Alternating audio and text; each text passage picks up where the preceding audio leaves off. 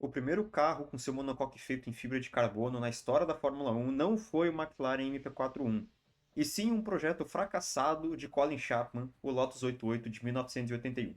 Um projeto que parecia promissor, foi elogiado pelo seu piloto, mas na hora de colocar ele na pista, a Fórmula 1 negou a sua inscrição e o declarou ilegal.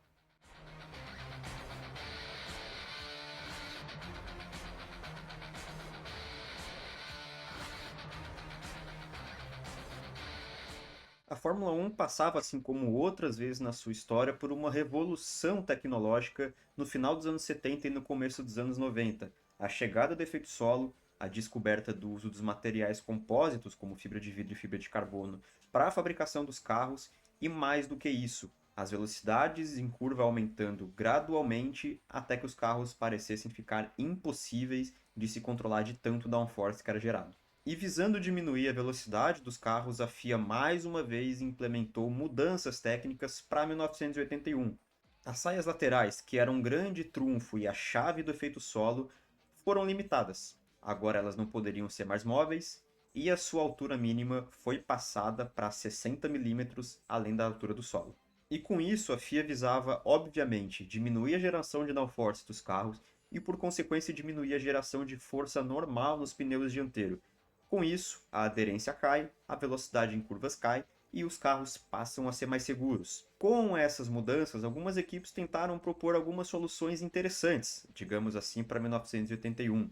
A Brabham veio com uma suspensão hidropneumática que conseguia aproximar um pouco mais o carro do chão em algumas situações severas de downforce gerado, que ampliava ainda mais a geração de downforce em curvas rápidas. Porém, Colin Chapman e a Lotus, que sempre apostam em inovações técnicas diferentes, mais uma vez tentou revolucionar. Com certeza, tomando uma xícara de chá depois de acordar em uma bela manhã de terça-feira, Colin Chapman pensou: por que não o meu carro ter não um, mas dois chassis? E assim então ele começou o desenvolvimento do Lotus 88, ainda em 1980. O conceito Twin Chassis, ou seja, chassis duplo, trazia basicamente um esquema de dois chassis integrados.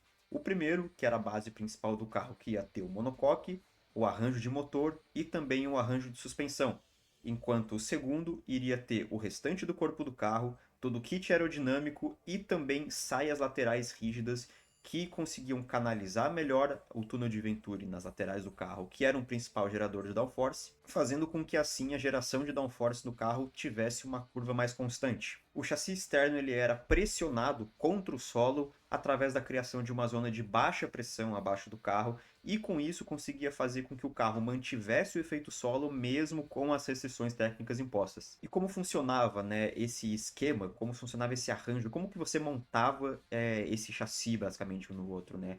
Atrás, o chassi duplo, né, a parte externa era presa por molas rígidas que não permitiam muita mobilidade e na frente eles eram integrados por articulações. Por quê? Porque quando o carro está em alta aceleração ou recebendo bumps do asfalto, né, ondulações do asfalto, ele tende a se tornar mais sensível.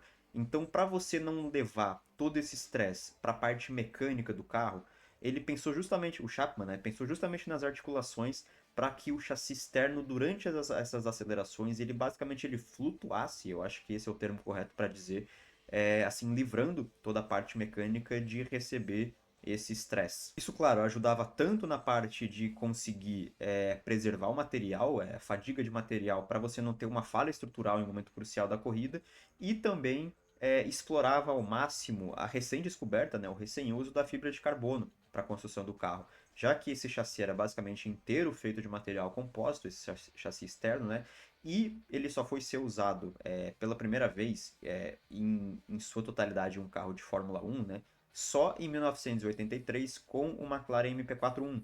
E movidos por um motor Ford Cosworth Turbo V8, a Lotus então botou o Lotus 88 pela primeira vez na pista com o Hélio De Angelis e mais tarde com o Nigel Mansell, que eram os dois pilotos da época. Tanto o Mansell quanto o De Angelis falaram que aquele carro ele era muito promissor, ele era muito responsivo e mesmo com as limitações, né, de altura que você tinha para gerar menos downforce, ele conseguia carregar uma velocidade mínima das curvas o tanto quanto interessante, destacando que sim, o conjunto tinha potencial. Só que antes mesmo da temporada começar, já começaram a chuva de protesto das concorrentes da Lotus. Temendo que fosse ter uma nova revolução tecnológica que colocasse as outras equipes em desvantagem, assim como já foi com o Lotus 72 e o Lotus 78, tanto Ferrari, quanto Brabham, quanto Alfa Romeo protestaram contra o Lotus 88, alegando que o segundo chassi era na realidade uma peça aerodinâmica móvel.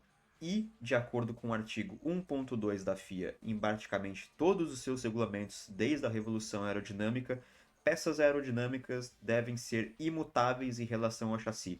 Então, esse sentido de, durante as acelerações, ter essa flutuação do chassi para absorver o impacto, para acabar não levando para a parte mecânica do carro, fazia com que o dispositivo, as saias laterais, né, que estavam presas por articulações, apesar de serem saias rígidas, elas se movessem para baixo e para cima, o que causava ilegalidade. A FIA então declarou o Lotus 88 banido oficialmente, um carro ilegal para a temporada de 1981, e a Lotus, claro, protestou da decisão. E, infelizmente, a FIA não acatou o protesto da Lotus. E em 23 de abril de 1981, após as 3 primeiras etapas em Long Beach, Jacarepaguá e Buenos Aires, o Lotus 88 era então finalmente aposentado das pistas, sem nunca ter estreado. E o Colin Chapman até tentou o recurso. Ele tentou boicotar a corrida seguinte, que seria o Grande Prêmio de San Marino em Imola.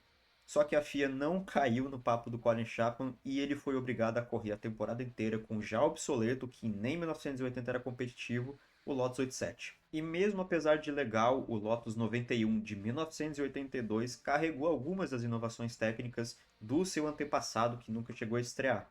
E conseguiu entregar nas mãos de Hélio De Angelis e Nigel Mansell um conjunto relativamente competitivo que deu a De Angelis a sua primeira vitória na Fórmula 1 no Grande Prêmio da Áustria. Kept it well blocked, that's very excusable the last lap, but Rosberg's coming at him. He's going to finish side by side, and De Angelis has just held it. Up goes Elio De Angelis' hand, and the young Roman has won his first Grand Prix, and he has put the hard-trying John Player Special Lotus team back into contention again. And this is marvellous news for them. They've given us the news yesterday that next year... E até hoje o Lotus 88 permanece como um marco de ousadia na Fórmula 1 e um legado técnico que nunca chegou a competir. E eu termino o vídeo com um questionamento. Será que a Fórmula 1 perdeu uma das suas maiores revoluções técnicas por causa da política técnica e da rivalidade entre as equipes? Coloca aqui nos comentários. O vídeo de hoje foi isso, espero que vocês tenham gostado. Deixem um like, compartilhem, comentem alguma coisa e até a próxima.